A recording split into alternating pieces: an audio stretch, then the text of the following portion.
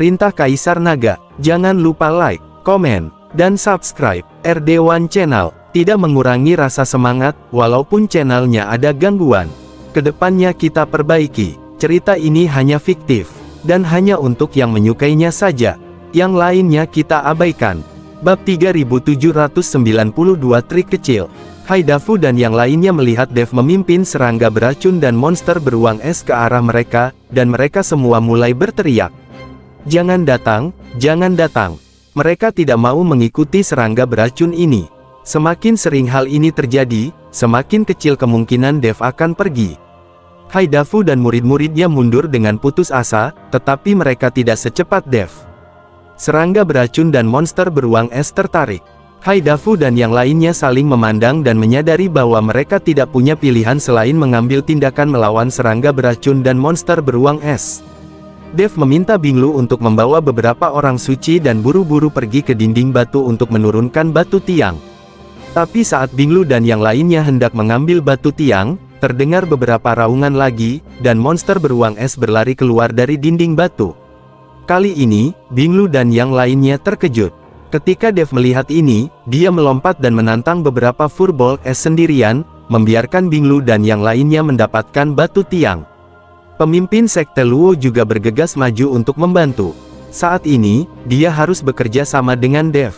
Pemimpin Sekte Luo dan Dev saling memandang, keduanya sepertinya berpikir bersama dan mengikuti monster beruang es itu sambil bertarung dan mundur. Dia benar-benar memimpin monster beruang es ini ke Haidafu dan lainnya. Sekelompok serangga beracun, ditambah beberapa monster beruang es. Haidafu dan murid-muridnya sedikit lelah menghadapinya. Dev mengikuti pemimpin Sekte Luo dan mengambil kesempatan untuk melarikan diri dari medan perang, bahkan tidak berniat membantu. Darah tumpah dari sudut mulut Haidafu, ekspresinya sangat berat. Awalnya mereka berencana mencari kesempatan untuk mengambil tindakan melawan Dev dan Luozong, tapi sekarang mereka terjerat oleh serangga beracun dan monster beruang es. Selesaikan pertempuran dengan cepat, jangan tunda lagi. Haidafu mengertakkan gigi dan mengeluarkan pisau panjang. Pada bilahnya, kekuatan spiritual mengalir, dan bilah tajam yang tak terhitung jumlahnya menjulang. Lalu dia menebas monster beruang es dengan pedangnya. Awalnya, Haidafu ingin mempertahankan kekuatannya, dan ketika Dev dan Master Sekte Luo bosan melawan monster beruang es ini, mereka bisa mulai memanennya. Tapi sekarang, serangga beracun dan monster beruang es ini mengganggu mereka seolah-olah mereka mengenali tuannya. Monster beruang es itu meraung keras, dan suaranya mengguncang seluruh kehampaan. Kemudian cakar beruang ditembakkan dengan keras, dan semua pedang yang tak terhitung jumlahnya diblokir di bawah telapak tangan ini. Monster beruang es ini memiliki kulit yang kasar dan daging yang tebal, serta terdapat lapisan es seperti baju besi yang menutupi tubuhnya sehingga sulit untuk dipatahkan. Monster beruang es lainnya membuka mulutnya, dan aliran udara dingin menyembur keluar dari mulutnya. Melihat ini, Haidafu mundur dengan cepat, tapi dia masih selangkah terlalu lambat. Dia langsung terkena udara dingin ini, dan tubuhnya langsung mengembun menjadi es. Haidafu merasa ngeri, dan kekuatan spiritual di tubuh Yuan Zuan mencoba yang terbaik untuk memblokir kecepatan kondensasi es. Master Sekte Yue dan Master Sekte yang juga sangat cemas melihat Haidafu seperti ini, mereka mengertakkan gigi. Tapi mereka juga diguncang oleh monster beruang es dan tidak bisa melarikan diri. Murid-murid itu semua berurusan dengan serangga beracun, tidak ada yang diam. Tapi melihat Dev dan pemimpin Sekte Luo, mereka menonton dari kejauhan dan tidak berniat membantu. Jika ada biji melon di sini, mereka berdua akan senang menonton keseruannya. Mengapa serangga beracun dan monster beruang es ini hanya menargetkan orang-orang seperti Haidafu? Pemimpin Sekte Luo bertanya dengan sedikit aneh. Meskipun mereka memikat monster beruang es dan serangga beracun, mereka tidak bisa mengendalikan siapa yang diserang monster beruang es dan serangga beracun. Aku diam-diam menggunakan beberapa trik pada mereka, kata Dev sambil tersenyum buruk. Pemimpin Sekte Luo tertegun sejenak, lalu dia mulai tertawa juga. Faktanya, ketika Dev pertama kali memikat monster beruang es dan serangga beracun, dia diam-diam menaburkan sejenis bubuk obat. Bedak semacam ini bisa membuat monster menjadi gila dan menyerang dengan gila-gilaan. Bab 3793 Anda tidak punya kesempatan. Ah, Haidafu meraung, dan aura menakutkan keluar dari tubuhnya, langsung menghancurkan es. Master Sekte Luo, kami berjuang keras di sini, tapi kamu membuat orang tertawa. Haidafu memelototi pemimpin Sekte Luo tidak jauh dari situ dan bertanya dengan marah. 5 sekte utama mereka semuanya berjuang keras, meskipun Master Sekte Chen dari Sekte Chen tidak mengambil tindakan hari itu, Haidafu tahu alasannya. Tubuh Zhongzhu Chen telah diracuni, dan tidak ada cara untuk menggunakan kekuatan spiritualnya sekarang, jika tidak, racunnya akan menyebar dengan cepat dan dia akan segera mati. Jika Anda tidak dapat menemukan apoteker di tempat ini, Anda pasti akan mati. Tapi Master Sekte Luo sedang menyaksikan pertempuran dengan Dev, tanpa niat sedikit pun untuk mengambil tindakan, orang suci yang dibawa oleh Dev juga menjauh. Ini jelas merupakan tipuan bagi mereka, bisakah Haidafu tidak cemas? 1. Master Sekte Hai, monster beruang es itu terlalu kuat. Sulit bagiku untuk mengambil tindakan. Selain itu, jika aku mengambil tindakan, aku khawatir kamu akan menembakku dari belakang. Pemimpin Sekte Luo berkata dengan tenang. Haidafu tercengang, dia mengerti apa yang dimaksud pemimpin Sekte Luo. Master Sekte Luo, 5 sekte utama kami berasal dari sekte yang sama, apakah Anda hanya melihat kami berjuang keras? Sebagai kepala dari 5 sekte besar, Anda tidak boleh berpikiran sempit. Bagaimana kami bisa melakukan sesuatu padamu? Paling-paling, kami hanya memikirkan Dev. Lagi pula, orang ini layak dipuja selama 100 tahun dari Demon Ceiling Alliance. Haidafu benar-benar memainkan kartu emosional dengan sekte Master Luo. Dia tahu bahwa jika Master Sekte Luo tidak memimpin seseorang untuk mengambil tindakan, cepat atau lambat mereka akan dikalahkan ketika dihadapkan dengan begitu banyak serangga beracun dan monster beruang es. Monster-monster ini sepertinya telah meminum obat, mereka semua sangat bersemangat dan menyerang dengan sekuat tenaga. Jangan berpikir bahwa rencanamu sempurna. Master Sekte Chen telah memberitahuku sejak lama bahwa kamu ingin membunuhku di wilayah kutub ini. Biar ku beritahu, aku memilih bekerja sama dengan Dev hanya untuk melindungi kalian bertiga. Kami berasal dari sekte yang sama, tetapi Anda memiliki niat membunuh terhadap saya. Apa yang bisa saya bantu? Pemimpin Sekte Luo dengan jelas menjelaskannya. Haidafu dan yang lainnya terjebak oleh monster beruang es, dan tidak ada cara untuk melarikan diri dalam waktu singkat. Bahkan jika mereka cukup beruntung untuk melarikan diri, mereka sudah kelelahan dan mereka dapat membunuh mereka sesuka hati. Setelah mendengar ini, Haidafu segera mengertakkan giginya dengan marah dan menatap Master Sekte Chen dengan ganas.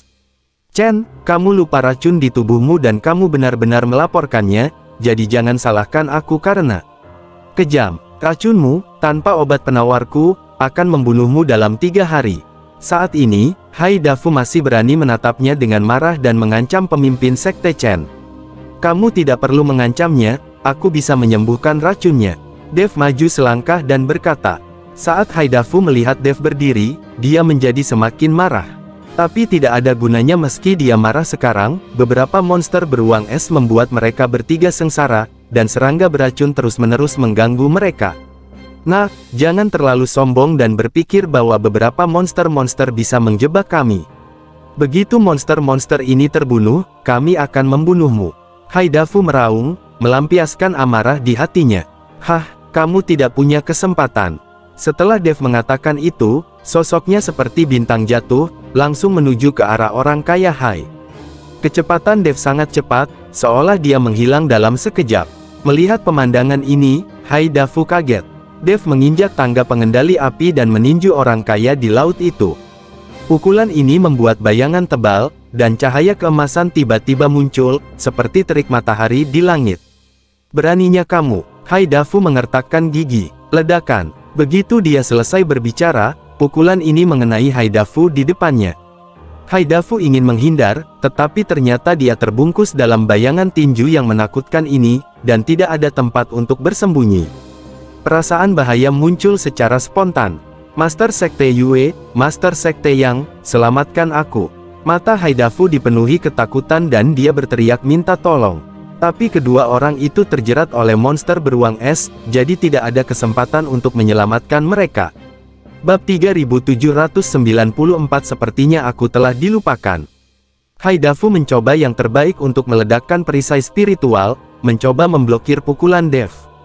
Namun, setelah bertarung dengan monster beruang es dalam waktu yang lama, dia menghabiskan banyak kekuatan spiritual. Sekarang semua kekuatannya dilepaskan untuk membentuk perisai energi spiritual. Dia mungkin tidak dapat menahan serangan Dev. Setelah ledakan cahaya keemasan, pukulan Dev dengan mudah menembus perisai aura dan memukul Haidafu dengan keras. Tubuh Haidafu seperti layang-layang yang keluar jalur, terbang ke kejauhan. Di udara, Haidafu menyemburkan darah dan membuat busur. Tubuh Haidafu membentur dinding batu begitu keras hingga seluruh bukit bergemuruh. Melihat pemandangan ini, Master Sekte Yue dan Master Sekte yang saling memandang, berbalik dan lari. Masalahnya sudah terungkap, mereka akan mati jika tetap tinggal. Hah, aku masih ingin kabur, tapi tidak semudah itu. Pemimpin Sekte Luo mendengus dingin, melompat, dan menghalangi jalan mereka berdua. Monster beruang es di sekitarnya sedang menonton dengan penuh semangat. Master Sekte Luo, kami salah. Semua masalah ini direncanakan oleh Haidafu. Demi sesama sekte kita, tolong ampuni kami kali ini. Sekte Master Yue dan Sekte Master yang memohon kepada Sekte Master Luo. Haidafu dipukul oleh Dev, dan dia tidak tahu apakah dia masih hidup atau sudah mati. Bagaimana mereka bisa berani membunuh Master Sekte Luo? Pemimpin Sekte Luo memandang mereka berdua, matanya penuh amarah dan berkata, jika kamu mengakui kesalahanmu lebih awal, aku tidak akan menyerangmu. Bagaimanapun, kita telah bekerja sama selama bertahun-tahun. Tapi demi keuntungan, kamu benar-benar meracuni Master Sekte Chen. Ini tidak bisa dimaafkan. Jika nenek moyang kita masih hidup, mereka tidak akan bisa memaafkanmu.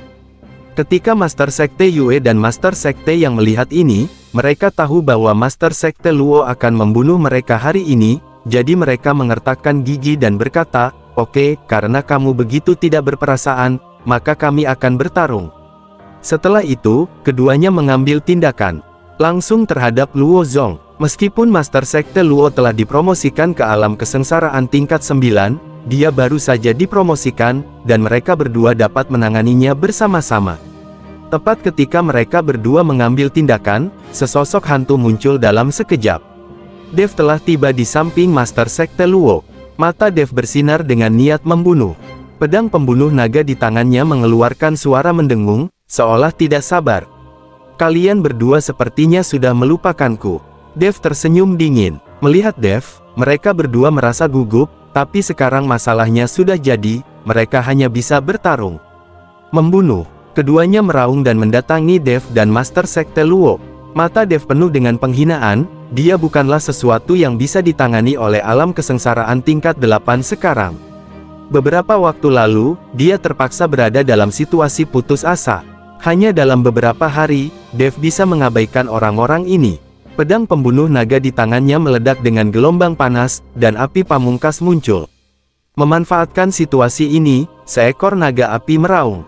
Menghadapi naga api, Master Sekte Yue tiba-tiba menginjakkan kakinya ke tanah, dan dinding tanah tiba-tiba muncul dari tanah. Tanah yang keras terangkat tepat di bawah kaki Master Sekte Yue. Tapi tembok tanah ini seperti kertas tipis di hati naga api Dev, dan tidak berpengaruh sama sekali. Ledakan. Naga api itu menembus tubuh pemimpin Sekte Yue dan langsung terbakar. Ah! Sekte Master Yue berteriak dengan sedih. Master Sekte Luo meliriknya dengan tak tertahankan, lalu melompat dan menamparkan Master Sekte yang dengan telapak tangan. Pemimpin Sekte yang juga mencoba yang terbaik, saling berhadapan dengan telapak tangannya. Bang! Dengan suara yang tumpul, tubuh pemimpin Sekte yang langsung tenggelam ke tanah, hanya menyisakan separuh tubuhnya yang terbuka. Pemimpin sekte yang itu muntah darah dan sepertinya memohon ampun dengan mulut terbuka, dia tidak bisa mengucapkan sepatah kata pun. Pemimpin sekte Luo berbalik tak tertahankan dan langsung pergi.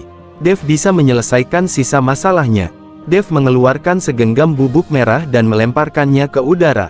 Serangga beracun dan monster beruang es meraung dan bergegas mendekat.